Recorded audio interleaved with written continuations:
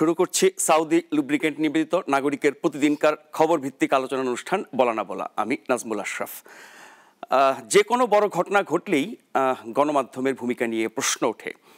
যদিও গণমাধ্যমের সুবাদেই যে কোনো ঘটনার খবর মানুষ জানতে পারে, তবে বড় বড় ঘটনার খবর গণমাধ্যম কিভাবে সংগ্রহ করছে, কিভাবে সেগুলো প্রচার বা প্রকাশ করছে, জনগণের চাহিদা কতটুকু মেটাচ্ছে, এটি নিয়ে আলোচনা হতেই পারে এবং হয়েই থাকে সবসময়। ডাকসু নির্বাচন অনেক বছর পরে হয়ে যাওয়া একটি ঘটনা। এ নিয়ে গণমাধ্যমের ভূমিকা কেমন ছিল, নির্বাচনের আগে পরে, নির্বাচনের দিন, নির্বাচনের যে সব ঘটনা অঘটনা অভিযোগ অনেক কিছু হয়েছে, এখনও এটি নিয়ে আন্দোলন চলছে। সব কিছু গণমাধ্যমে কিভাবে এসেছে, কিভাবে আসা উচিত ছিল, সব কিছু জানতে পেরেছে কিনা মানুষ গণমাধ্যমের সুবাদে, সেই আলোচনাটি আজকে আমরা করতে চাই। সেই জন্য আমাদের আজকের আলোচনার বিষয় গণমাধ্যমের চোখে ডাকসু নির্বাচন।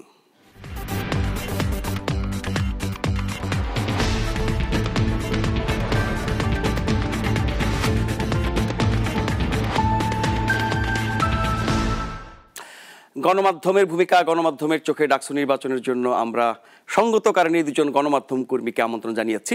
তবে এই দুজন গণমাধ্যম কর্মী বা সাংবাদিক হওয়ার পাশাপাশি আরও কিছু পরিচয় আছে। ওনারা দুজনই সাংবাদিক মহলের নেতৃত্ব দিচ্ছেন বিভিন্ন পর্যায়ে, একজন প্রাতিষ্ঠানিক আর একজন ইউনিয়নের। আমাদের সাথে আছেন জাতীয় প্রেস ক্লাবের সাধারণ সম্পাদক ফরিদা ইয়াসমিন, আছেন ঢাকা সাংবাদিক ইউনিয়নের সভাপতি জনাব কাদের গনি চৌধুরী। আপনাদের দুজনকে স্বাগত জানাচ্ছি এবং শুরুতেই বলে রাখছি, আপনাদের যেই পরিচয় আমরা দিলাম, আশা করছি ওই পরিচয় জায়গা থেকে না, একেবারেই একজন সংবাদকর্মী হিসেবে আপনারা বিষয়গুলোকে ব্যাখ্যা করবেন। যারা দেখছেন নিশ্চয়ই আলোচনায় অংশ নেবেন, মতামত দেবেন, প্রশ্নও করবেন। আলোচনা শুরু করতে চাই ফরিদা আপা আপনাকে দিয়ে। জাতীয় প্রেস ক্লাব সারা দেশের সাংবাদিকদের সবচেয়ে বড় প্রতিষ্ঠান, সেই প্রতিষ্ঠানের আপনি সাধারণ সম্পাদক হিসেবে নিশ্চয়ই একভাবে দেখেন যে কোনো ঘটনাকে, রাজনীতি, অর্থনীতি থেকে শুরু করে যা কিছু প্রতিদিন ঘটে। পাশাপাশি আপনি একজন সিনিয়র সাংবাদিকও। ডাকসু নির্বাচনে যা কিছু হয়েছে গণমাধ্যমে, সংবাদ মাধ্যমে, তার সব কিছু কি উঠে এসেছে, বা জনগণের, সাংবাদিকতার ছাত্রী হিসেবেও জনগণের যে চাহিদা তার কতটা পূরণ করতে পেরেছে আমাদের গণমাধ্যম? আপনাকে ধন্যবাদ। প্রথমে যে কথা বলছিলেন যে অনেক উল্লেখযোগ্য একটি ঘটনা এবং অনেক প্রত্যাশিত একটি ঘটনা, কারণ 28 বছর পর, প্রায় 28 বছর 10 মাস মানে প্রায় 29 বছর পর এই ডাকসু নির্বাচন। এবং আমি সৌভাগ্যবান যে সর্বশেষ ডাকসু নির্বাচনে আমরা ভোট দিয়েছি, দুটি নির্বাচন আমরা ভোট দিয়েছি। তো আমরা ডাকসু নির্বাচন প্রত্যক্ষ করেছি, ভোট দিয়েছি এবং সেই সময়কার রাজনীতি আমরা দেখেছি, সরাসরি সেখানে ছিলাম আমরা। শুধু ডাকসু না, ঢাকা ইউনিভার্সিটির রাজনৈতিক যে পরিস্থিতি, সেটা আমাদের সৌভাগ্য হয়েছে সেই সময় কিন্তু ধাওয়া পাল্টা ধাওয়া রাজনীতি অনেক কিছু হয়েছে, অনেক উত্তাল। 90-এর যে গণ আন্দোলন, হ্যাঁ, স্বৈরাচার বিরোধী আন্দোলনের সময় যে উত্তাল ক্যাম্পাস আমরা দেখেছি। তারপরে 28 বছরে কিন্তু সবার একটা প্রত্যাশা ছিল যে কবে ডাকসু নির্বাচন হবে, এবং আমরা এই তিনজনই ঢাকা বিশ্ববিদ্যালয়ের শিক্ষার্থী হিসেবে আমাদেরও একটা প্রত্যাশা ছিল যে এই নির্বাচনটি কবে হবে। এবং সেই সঙ্গে শুধু ঢাকা বিশ্ববিদ্যালয়ের প্রাক্তন ছাত্রছাত্রী বা বর্তমান ছাত্রছাত্রী না, সারা বাংলাদেশের মানুষের কিন্তু একটা আগ্রহ ছিল যে কি হতে যাচ্ছে, বা ডাকসু নির্বাচনকে আদৌ হবে কিনা। এবং নির্বাচনের শিডিউল ঘোষণার পর সবাই একটি স্বস্তির নিঃশ্বাস ফেলেছিল যে ডাকসু নির্বাচন হচ্ছে, তাহলে ডাকসু নির্বাচন হতে যাচ্ছে। এবং ছাত্রছাত্রীদের মধ্যে যে আগ্রহ ছিল, সেটা কিন্তু নির্বাচনের পর আমরা কি দেখেছি, আমাদেরকে কিছুটা হতাশ করেছে যে এত কিছু ছিল আগে ডাকসুর সময়, অনেক দ্বন্দ্ব সংঘাত, অনেক কিছু, কিন্তু নির্বাচন নিয়ে কিন্তু কোনো কথা ওঠেনি। ওই সময় প্রায় 90% ভোট পড়েছিল আমাদের সময়, ডাকসু নির্বাচন হয়েছিল, মানে 90% ভোট পড়েছে। নির্বাচনে একটি দল জয়লাভ করেছে, আমরা যে ছাত্র সংগ্রাম পরিষদ একবার হয়েছিল, তারপরে আবার ছাত্র দল বিজয়ী হয়েছে, কিন্তু নির্বাচন নিয়ে কোনো প্রশ্ন ওঠেনি যে নির্বাচনটি প্রশ্নবিদ্ধ করা। হ্যাঁ, তো এইবারে নির্বাচনটা কিছুটা হতাশ করেছে, কিছু প্রশ্নের জন্ম দিয়েছে। যে কথাটি যে গণমাধ্যম কি তার যথাযথ ভূমিকাটি পালন করেছে কিনা, আপনি যেটা বলেন যে আমি গণমাধ্যমে মানে সাংবাদিক নেত্রী, আমি সেই হিসাবে না, একজন সাংবাদিক কর্মী। নেতা হই আর যাই হোক, আমরা কিন্তু প্রথমে সাংবাদিক, এবং একজন সংবাদকর্মী হিসেবে আমাদের অবজারভেশন যেটা, যে গণমাধ্যমে কিন্তু এই বিষয়গুলো তুলে এনেছে। যা হয়েছে যে কিছুটা অনিয়ম বলা যায়, বা কিছুটা এখনকার যেমন প্রভোস্টরা বলছেন যে এটা ষড়যন্ত্র ছিল, রোকেয়া হলের ঘটনা কিংবা মৈত্রী হলের ঘটনা যে ষড়যন্ত্র ছিল, যাই ছিল, যখন ঘটনাটা কিন্তু গণমাধ্যমে যথাযথ এসেছে, সংবাদকর্মীরা কিন্তু সেখানে আঠার মতো লেগেছিল কি হচ্ছে কি না, হলের ভিতরে যা কিছু সবকিছু ছবি আমরা দেখেছি। এবং বারবার তারা বলছিল যে কোনো লাইভ হবে না, আমরা দেখেছি একজন সংবাদকর্মীকে ধাক্কা দিয়ে মানে সরিয়ে দেওয়া হচ্ছে, যেন নো লাইভ। কিন্তু তারা কিন্তু তাদের দায়িত্বটুকু পালন করেছে, ভিতরে না যাক কিন্তু যেভাবে যতটুকু করার করেছে, এবং পত্রপত্রিকায় কিন্তু যথাযথ ঘটনাটা তারা তুলে ধরেছে। আমি বলবো যে সংবাদ মাধ্যমের কোনো রকম গাফিলতি ছিল না সেখানে। হয়তো আমরা হয়তো এখন হয়তো আমরা তদন্ত চাইবো বা কি হলো সেটা হয়তো একদিন উদ্ঘাটন হবে কি হয়েছিল, কিন্তু তখন আমরা কি জানি যে ঘটনা একজন সংবাদকর্মীর কাজটা কি, যা ঘটে তুমি তা জানাও, এবং সংবাদকর্মীরা সেই ঘটনাটা কিন্তু যথাযথভাবে জানিয়েছে পাঠকদের কাছে। ফলে জাতীয় নির্বাচনের ক্ষেত্রে গণমাধ্যম নিয়ে যে সমালোচনাটি, যে অভিযোগগুলো করা হয় বিরোধী দলের পক্ষ থেকে, তার অনেক কিছু গণমাধ্যমে আসেনি, এরকম একটা অভিযোগ আছে। ফলে এই নির্বাচনের ক্ষেত্রে কোনো কিছু বাদ দেওয়া, চেপে যাওয়া, অভিযোগটা সবসময় গণমাধ্যমের দিকে থাকে, আঙ্গুল কেউ না কেউ তুলে আসে, মানে শত ভালো করলেও গণমাধ্যম, যেটা হয় যে যত দোষ, যে কথাটা বলছিলেন যে এটা বিরোধী দল বলেন, আর সেটা থাকবেই। কিন্তু মানে এইবারের ওইভাবে আপনি একেবারে, আমি বলছি যে ওই অভিযোগটা অতটা আসেনি আর কি। জি, গনি ভাইয়ের কাছে আসবো, তার আগে আমাদের বোকাইয়ের একটা প্রশ্ন আছে, নাকি দর্শকের প্রশ্ন? বোকাই শুনি কি বলতে চায়।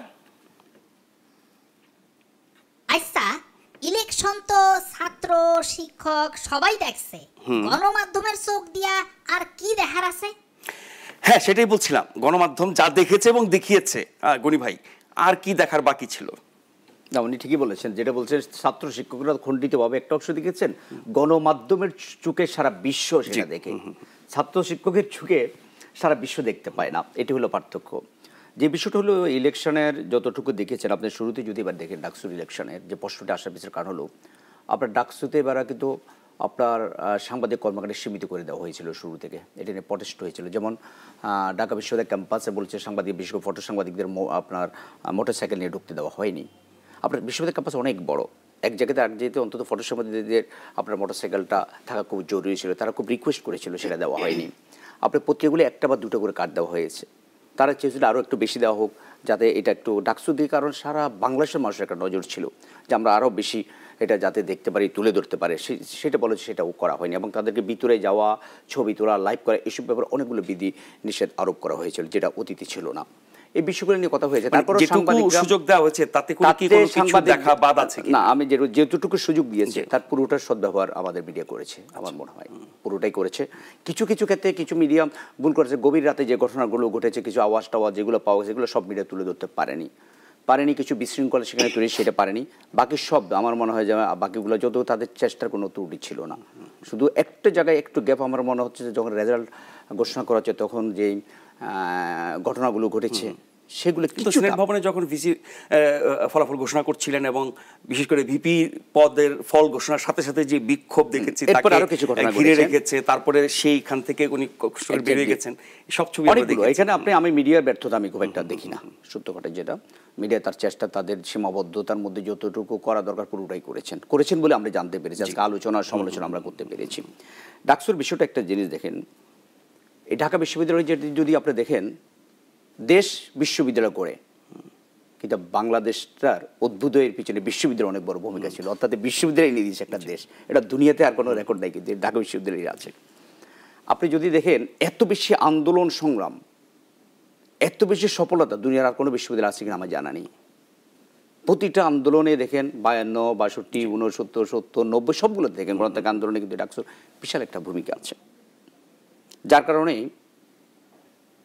এই ঢাকা বিশ্ববিদ্যালয়কে, বিশেষ করে ডাকসুকে আপনার বলা হয় যে নেতৃত্ব তৈরি একটা আতুর ঘর, এখান থেকে নেতৃত্ব তৈরি হয়। আপনি কাদেরকে দেখেন আজকে বড় বড় রাজনীতিবিদ যারা আছে, তোফাইল আহমেদ থেকে শুরু করে রাশেদ খান মেনন থেকে শুরু করে মতিয়া চৌধুরী থেকে শুরু করে মান্না ভাই থেকে আক্তার ভাই, যাদের আমান পর্যন্ত আপনার যাদেরকে বড় বড় নেতা সেলিম ভাই, ফজল ইসলাম সেলিম ভাই, এদের যাদেরকে বলেন এরা সবকিছু এখান থেকে উঠে আসে। আজকে জাতীয় নেতৃত্ব না হওয়ার কারণে নেতৃত্বের একটা সংকট হয়েছে, যার কারণে এই ডাকসুকে কিন্তু আরো দুটো নামে মানুষ ডাকে, একটা বলে মিনি পার্লামেন্ট অথবা সেকেন্ড পার্লামেন্ট।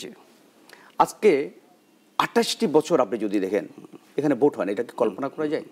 যাকে আমি বলছি গণতন্ত্রের সূতিকাগার, আমি যাকে বলছি নেতৃত্ব তৈরির আতুরঘর, সেখানে 28 বছর ধরে 29 বছর ধরে নির্বাচন নেই। হ্যাঁ, আমরা আসবো আবার আপনার কাছে। তার আগে ফোনে কে আছেন, নাম বলে প্রশ্নটি করুন। আসসালামু আলাইকুম মাশরাফ ভাই। জি বলেন। আমি নজরুল বলছিলাম সাভার থেকে। জি বলেন। আমার একটা কোশ্চেন ছিল। বর্তমান সময়ে তথ্য প্রযুক্তির যুগ, আমাদের সরকার দাবি করতেছে যে আমরা তথ্য প্রযুক্তিতে অনেক এগিয়ে গেছি। তো সেই ক্ষেত্রে ঢাকা বিশ্ববিদ্যালয় এরকম একটা যেহেতু একটা নির্বাচন, তো সেখানে ভোটার সংখ্যা ছিল 43,000, তাই তো? না, আপনার প্রশ্নটা বুঝতে পারিনি, একটু পরিষ্কার করে বলবেন। না, তথ্য প্রযুক্তির ঢাকা বিশ্ববিদ্যালয় একটা জায়গায় যেখানে শুধুমাত্র 43,000 ভোট করতে পারতাম না।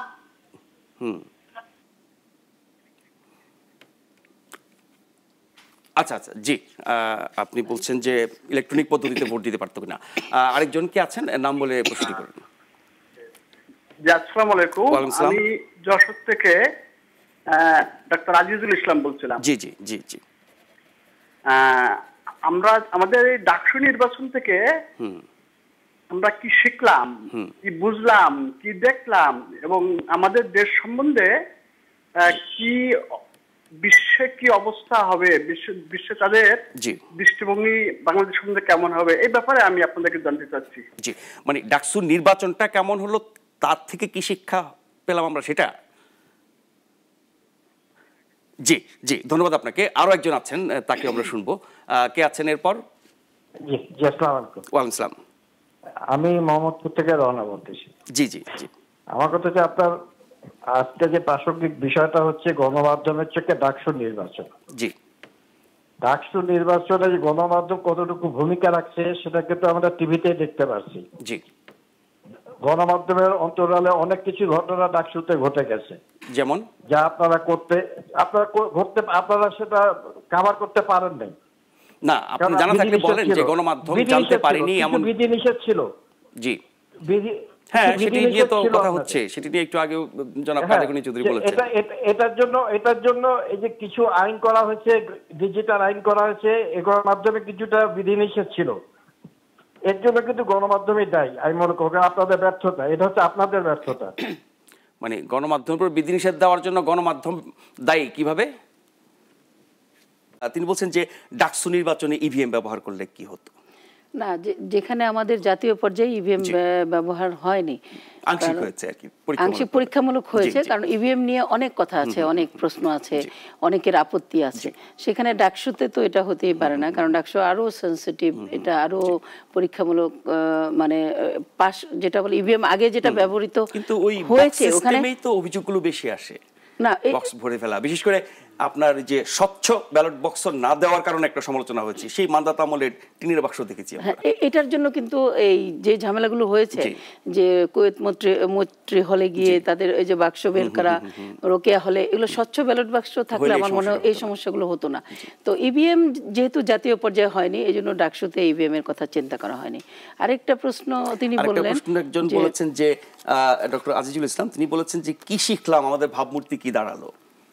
না, এখানে ভাবমূর্তি আমি যদি বুঝে থাকি যে গণতান্ত্রিক চর্চায় আমাদের ভাবমূর্তি, যেহেতু জাতীয় স্থানীয় কিছু নির্বাচনে কিছু প্রশ্ন উঠেছে, সেক্ষেত্রে ঢাকা বিশ্ববিদ্যালয় একটা মানসম্মত নির্বাচনের মাধ্যমে সেই ভাবমূর্তিটা, সেটা অনভিপ্রেত, আমরা এরকম আশা করিনি, তারপরেও যা হয়েছে। তো দুটি হলে যা কিছু হয়েছে সেগুলো বাতিল করা হয়েছে, ব্যবস্থা নেওয়া হয়েছে এবং তদন্ত হবে, আরো ফার্দার তদন্ত হবে। সেক্ষেত্রে বাকি হলগুলো নির্বাচনী তো প্রশ্ন ওঠেনি না, ওঠেনি। এবং আপনি দেখেন যে হল, রোকেয়া হল ছাড়া সব হলে কিন্তু বিরোধীরাই জিতছে, এবং ডাকসু বিপি হয়েছে, তিনিও কিন্তু একটি মানে অন্য প্যানেল থেকেই হয়েছে, অরাজনৈতিক সংগঠন, ছাত্রলীগ না, এরকম যে সরকারি সংগঠন বা সেরকম কিছু না।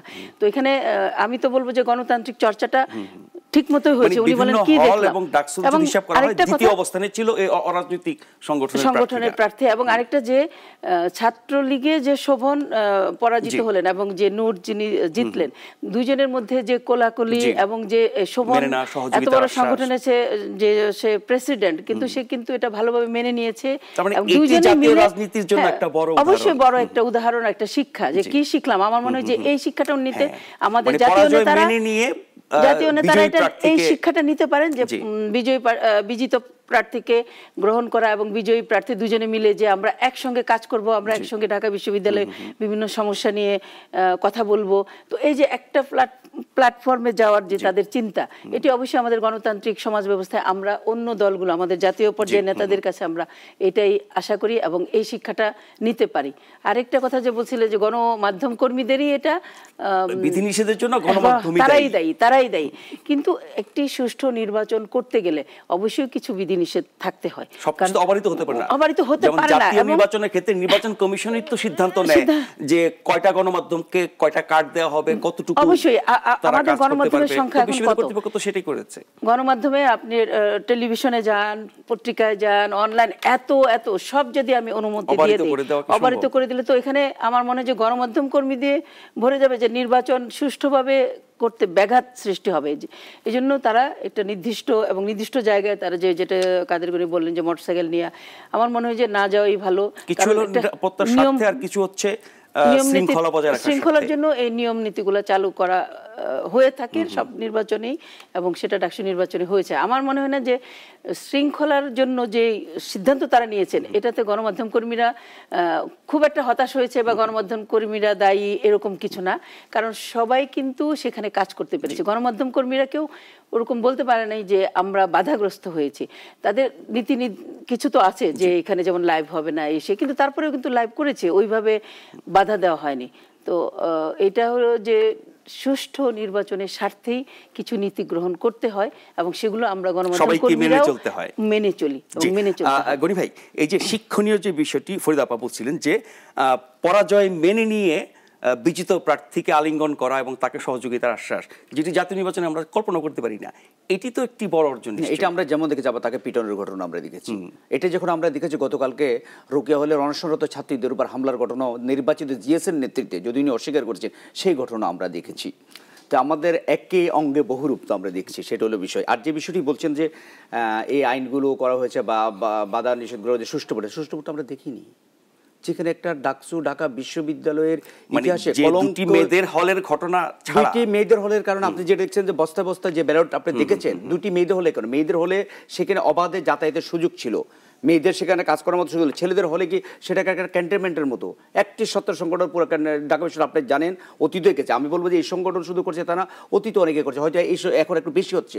সেটা ক্যান্টনমেন্টের মধ্যে, সেখানে করে ছাত্র ঢুকতে পারে, অপরাপর ছাত্র সংগঠন। দুটি মেয়েদের হলে যে ঘটনা ঘটেছে সেগুলো আমরা সব দেখেছি, জেনেছি, ব্যবস্থা হলগুলো আপনি দেখতে পারেন, অন্যান্য হলগুলোতে কি অবশ্যই নিয়ম হয়েছে। আপনি যদি প্রথম দেখেন এই বিশ্ববিদ্যালয় প্রশাসন একটা অস্বচ্ছ পথটাকে আপনার পরিষ্কার করে দিয়েছে। আপনি একটা ইলেকশন হবে, সেই নির্বাচনে আপনি কি করবেন, কোনো এজেন্ট থাকতে পারবে না, এটা কি কল্পনা করা যায়? আমি বলছি যে মেয়েদের হলগুলোতে যতটুকু অ্যাক্সেস ছিল এবং সেই জিনিসগুলো গণমাধ্যম তুলে ধরেছে, ছেলেদের হলে অ্যাক্সেস ছিল না এবং সেগুলো তুলে ধরেছে, সেখানে ছেলেদের অ্যাক্সেস ছিল না। ছেলেদের হলে কি হচ্ছে সেখানে যাওয়ার মতো, প্রতিবাদ করার মতো, কোথায় বেরোনো রাখছে ভিতরে, কারণ এটা একটা দলের দুর্গ, সেখানে ভিতরে যাওয়ার অন্যদের সুযোগ ছিল, ওর ইমেজে দেখানোর সুযোগ ছিল না। মেয়েদের হলে যেটি আমরা দেখিনি, জানিনি, সেটা এখন আপনি আন্দাজের উপরে কেমনে বলছেন? আপনি ওখানে হয়নি যে এই দুইটা হলে যেহেতু দেখা গেছে ওটা হয়নি, এটা বলবেন কিভাবে? না হলে তো আপনি যেটা বলছেন এটা আমি প্রমাণ দিয়ে বলতে পারবো, মাধ্যমে একই কাজ করেছে। আপনি এইটা হয়েছে এই কারণে বলি, আপনি যদি ছাত্রীদের হলের রেজাল্টগুলো দেখেন, সেখানে ছাত্রলীগের বড় ধরনের একটা বিপর্যয় ঘটেছে। রোকে আপনি যদি দেখেন কৈদ মৃত্যু হলে যেখান থেকে ওই ব্যালট বাক্স ঢুকানোর আগে সবগুলো নিয়ে গিয়েছিল, সেখানে বিপর্যয় ঘটে। শামসুনার হলে বিপর্যয় ঘটে, রোকে হলে বিপর্যয় ঘটেছে। ছাত্রদের এইটা তো আপনি এক অংশের কথা বলছেন। আবার ছাত্রদের হলগুলো যেখানে প্রতিবাদ করতে পারে, যেখানে ব্যালট উদ্ধার করতে পারেনি, ব্যালট বক্স উদ্ধার করতে পারেনি, সুযোগ ছিল না, সেখানে অ্যাকচুয়ালি সব ছাত্রলীগ জিতেছে। এটা হলো অন্যতম। গনি ভাই যেটি বললেন যে যেই হলগুলোতে ঘটনা ঘটেছে সেখানে গণমাধ্যম যা দেখিয়েছে, অন্য হলগুলোতে ঘটলে তো সেটা আমরা দেখতে পেতাম নাকি? ঘটলে তো নিশ্চয়ই দেখা যেত, কারণ ছাত্রীদের হলে এটা ছিল।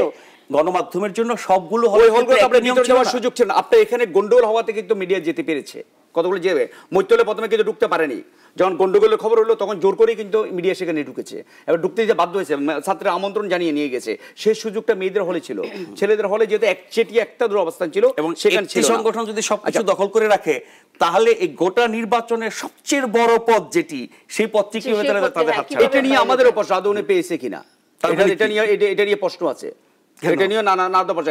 সুষ্ঠু যদি ভোট হতো, এখন আমার একটা প্রশ্ন যে আপনার কাছে থাকে আসতে পারে, যেখানে এত ভোটে সরকারি দল একচেটিয়া যাদের প্রভাব খাটালো, তারা সব পদ তাদেরকে পরাজিত করে এই প্যানেলের একজন বিবি নুরু জিতে গেলেন, তার অন্যান্য পদের প্রার্থীরা জিতলেন না কেন বা কম ভোট পেলেন কেন? না, সেই প্রার্থী তো কোনো প্যানেলে জিতবে এমন তো কোনো কথা না, সব প্যানেলে দুজন জিতেছেন ভিপি, কাছাকাছি ভোট। কিন্তু সবচেয়ে বড় পদ যেটি মানে ভিপি বনাম বাকি সব, যদি আমাকে প্রশ্ন করেন যে ছাত্রলীগ সব পদে জিতছে, এটা না জিতা, আমি এই তো প্রশ্ন করতে পারি এই বিপিটা জিতছে অন্যগুলো কেন জিতলো না, এই প্রশ্ন আসতে পারে। আপনি তাদের অন্যদের ভোটের ব্যবধানটা দেখেন, নুরুর প্যানেলের খুবই কম, বিশাল ব্যবধানে হচ্ছে গনি ভাই। সেটি হচ্ছে যে ধরেন এই যে আপনি বলেন যে অনিয়ম কারচুপি বা মানে ব্যালট বাক্স দখল নিয়ন্ত্রণে রাখা যা কিছু, এই সব কিছুর উদ্দেশ্য থাকবে হচ্ছে আমরা 1 নম্বর পদের জন্য, সেটা কেন ছেড়ে দিয়ে বাকি পদ নিয়ে বসে থাকবে? এটা নিয়ে প্রশ্ন আছে জনমনে, আদৌ এটা কি হয়েছে নাকি আন্দোলন সংগ্রামের কারণে ব্যালেন্স করেছে কিনা, এটা নিয়েও প্রশ্ন আছে। যদি এটা আমি প্রমাণ দিয়ে বলতে পারবেন, আপনার প্রমাণ দিয়ে বলতে পারবেন না, এটা হলো বিষয়। আমি যে কথাগুলো আপনাকে বলতে, একটা জিনিস আপনি খেয়াল করেন, আপনি ঢাকা বিশ্ববিদ্যালয়ে 90 যখন ইলেকশন হয় 28,000 ছাত্রছাত্রীর, এখন হলো 43,000 ছাত্রছাত্রী ভোটারের। আপনি সেই সময় ভোট হলো কখন? সকাল 8টা থেকে বিকাল 4টা, খেয়াল আছে আপনার, আপনি ভোট দিয়েছেন। এবার 43,000-এর আপনি ভোটের টাইম নিয়ে আসলেন 2টার মধ্যে, এটা কোনো কারণ ছিল? ছাত্র ইভেন অংশী সংগঠনগুলো যারা আছে এরা সবাইকে দাবি করে 4টা বাজে, আপনি সেটা করেননি। আগের ডাকসুতে আপনি যে খেয়াল আছে নিশ্চয়ই, তখন ছিল হল ছাত্র হলে ভোট গ্রহণ হয়েছে, হলে ভোট গ্রহণ হয়েছে, কিন্তু কেন্দ্রীয় ডাকসুর ভোটটা গণনা হয়েছে কলাবান একটা রুমে এনে। এবার করেছে উল্টোটা, এবার হলের মধ্যে ডাকসুর ভোট গণনা করা হয়েছে, হলের গণনা, যেটা নিয়ে আপত্তি করেছিল। জি, আমরা ফোন নেব আরো দুটো, তারপর একটু বিরতিতে যাব, ফিরে এসে আবার আলোচনা করব। কে আছেন ফোনে? নাম বলে প্রশ্নটি করুন। আসসালামু আলাইকুম। ওয়ালাইকুম আসসালাম। আমি চট্টগ্রাম থেকে আলম খান বলছিলাম। জি, মাননীয় আইনকর, আপনাকে প্রশ্নটা করি আমি, আপনি কাদের গনি সাহেবকে বারবার প্রশ্ন করতে পারছেন যে হলগুলো থেকে মেয়েরা প্রতিবাদ করতে পেরেছে, সেগুলোতে ভোট ভালো হয়েছে, অন্যগুলোতে প্রতিবাদ করতে পারে নাই বলেই তো ভোট বলেই, আপনি বারবার আমাকে কেন প্রশ্ন করতেছেন অন্যগুলোতে ভালো হয়েছে? এটা তো সারা দেশের জনগণ জানে, ঢাকা ইউনিভার্সিটিতে ব্যাপক ভোট কারচুপি হয়েছে। জি, আপনি কেন ডিপেন্ড করতে পারছেন? জি, আপনি আমার কথা বুঝেন না, আপনি চট্টগ্রামে থেকে দেখে ফেলেছেন হলের ভিতরে কি হয়েছে, তাই তো? ধন্যবাদ আপনাকে। এরপরে কে আছেন?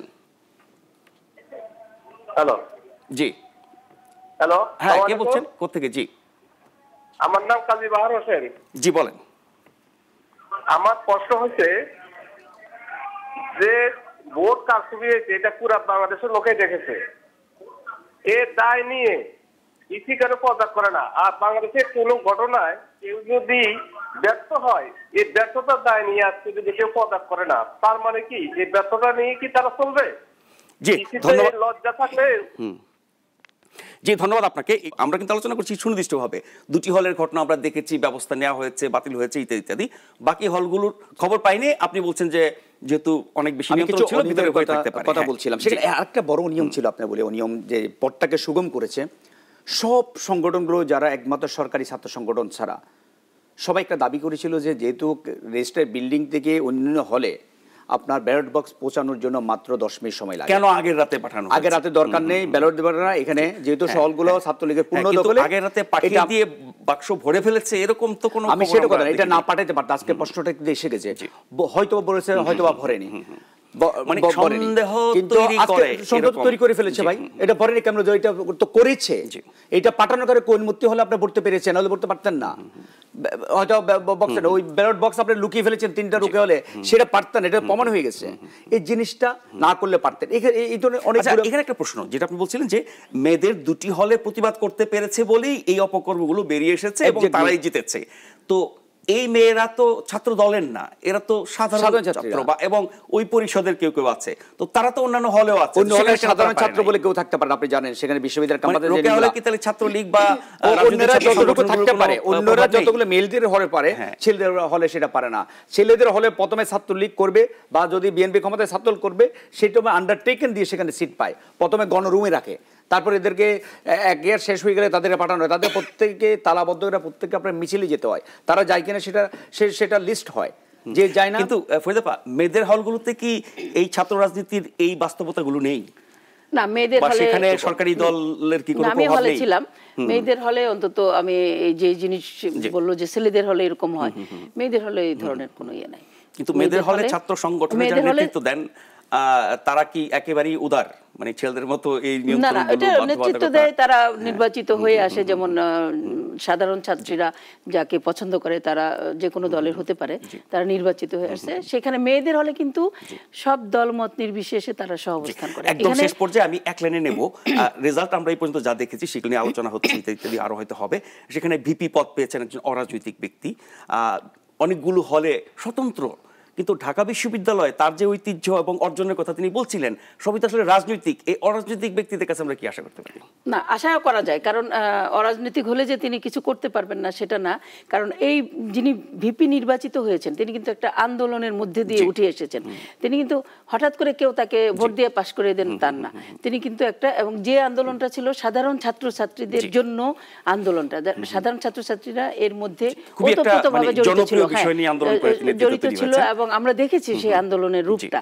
সেভাবে তিনি নেতা হয়ে উঠেছেন এবং তারা কিন্তু সাধারণ ছাত্রছাত্রীরাই তাকে আবার নির্বাচিত করেছে যে আমাদের পক্ষে তিনি কথা বলবেন। কিন্তু ওই ডাকসুর অন্য যারা কর্মকর্তা নির্বাচিত হয়েছেন, একজন আছেন তার প্যানেলের, বাকি সবার সমর্থন সহযোগিতা ছাড়া তো তার পক্ষে ভালো কাজ করা সম্ভব না। কিন্তু তাকে অনেক কঠিন পথ পাড়ি দিতে হবে। একদম শেষ মন্তব্য করি ভাই, এই যে রাজনীতির অভিজ্ঞতার যে ঘাটতির কথা বলছেন, আপনি যেটা বলছেন প্রথম হলো হ্যাঁ অভিজ্ঞতার ঘাটতি আছে। এই নির্বাচনটা কতটুকু আপনার হয়েছে সেটা নিয়ে প্রশ্ন এসেছে। তারপরে দেখেন ঢাকা বিশ্ববিদ্যালয়ের কিন্তু 10 জন শিক্ষক একটা টিম সেখানে অবজারভেশনে গেছে, তারা এসে এটা আপনার রেজাল্ট ঘোষণার আগে পরপরে বলেছেন যে এই নির্বাচন সুস্থ হয়নি, সঠিক হয়নি, আর একটা পুনর্নির্বাচন দেওয়া উচিত। আপনি ঢাকা বিশ্ববিদ্যালয়ের ইমিডিয়েটলি যিনি ভাইস চ্যান্সেলর পদত্যাগ করছে সেটা পুনর্নির্বাচন দাবি করছেন। আমি বলি আপনাকে ভাইস চ্যান্সেলর আরো বেশি দিই, তার একটা সাক্ষাৎকার ছাপা হয়েছে আপনার বিশাল করে, সেখানে উনি বলেছেন যে এই নির্বাচন পুরো বর্ষবর্তী ত্রুটিগুলো উনি তুলে ধরেছেন। আবুল কাশেম ফজল অত্যন্ত অনেক বছর পরে হওয়াটাও কিন্তু এটা একটা কারণ অভিজ্ঞতা। আপনি উনি যেটা বলেছেন এটা ব্যাপক হয়েছে। আপনি যদি আবুল কাশেম ফজল বলেছেন 1 বছর পরে আবার একটা নির্বাচন, এটা নির্বাচন হয়নি। মুজাহিদ সেলিম বলেছেন পাকিস্তানের মধ্যে আমরা আচ্ছা, এরপরেও যদি আপনি দেখেন ডাকসুর ইতিহাসে স্বৈর শাসকের সময় আপনি যদি বলেন ছাত্ররা কিন্তু ভোট দিতে পেরেছে, এইরকম কেলেঙ্কারি ঘটে। একবার 73 সালে ঘটেছিল ব্যালট বাক্স ছিনতাইয়ের ঘটনা, আরেকবার এখন ঘটলো। কিন্তু আমার যে প্রশ্নটা সেটা হলো এই যে কলঙ্কের যে নির্বাচনটি, এটা থেকে কি আমরা কি উঠে আসতে পারতাম না? 28 বছর পর একটা নির্বাচন হলো, নিশ্চয়ই সেগুলোর মূল্যায়ন হবে এবং ব্যবস্থা নেওয়া হবে। করতে চাই কাদের গণের সাথে যে ছাত্রছাত্রীরা সামগ্রিকভাবে এখানে কিন্তু ভোট দিয়েছে, ভোট এখানে পুরোপুরি ভোট দিতে পারেনি। ভোট দিতে পারলে তো ব্যালট বাক্স এই ধরনের সিল করতে পারলাম না। এই বিতর্ক চলবে, তারপরও যেটুকু ভালো সেটুকুই ভালো বলা, যেটুকু খারাপ পারেনি এটা বলি। দামি লাইনের কথা প্রতিটা পত্রিকায় লিখেছে, সেখানে ছাত্রলীগের ছেলেরা বিশাল লাইন ধরে লিখেছে 7টা থেকে, সেখানে লাইন আর এগোয় না। সব পত্রিকা কাদের গণিত চৌধুরী এবং ফরিদ ইয়াসমিন, আপনি দুজনকে অসংখ্য ধন্যবাদ। যারা দেখলেন তাদেরকেও ধন্যবাদ, যারা প্রশ্ন করেছেন তাদের প্রতি ধন্যবাদ এবং কৃতজ্ঞতা জানাচ্ছি। দেখা হবে আবারও ভিন্ন বিষয় এবং অতিথি নিয়ে। সে পর্যন্ত সবাই ভালো এবং নিরাপদে থাকবেন। নতুন নতুন ভিডিও পেতে নাগরিকের ইউটিউব চ্যানেলটি সাবস্ক্রাইব করুন এবং পাশে থাকা বেল আইকনটি চাপুন।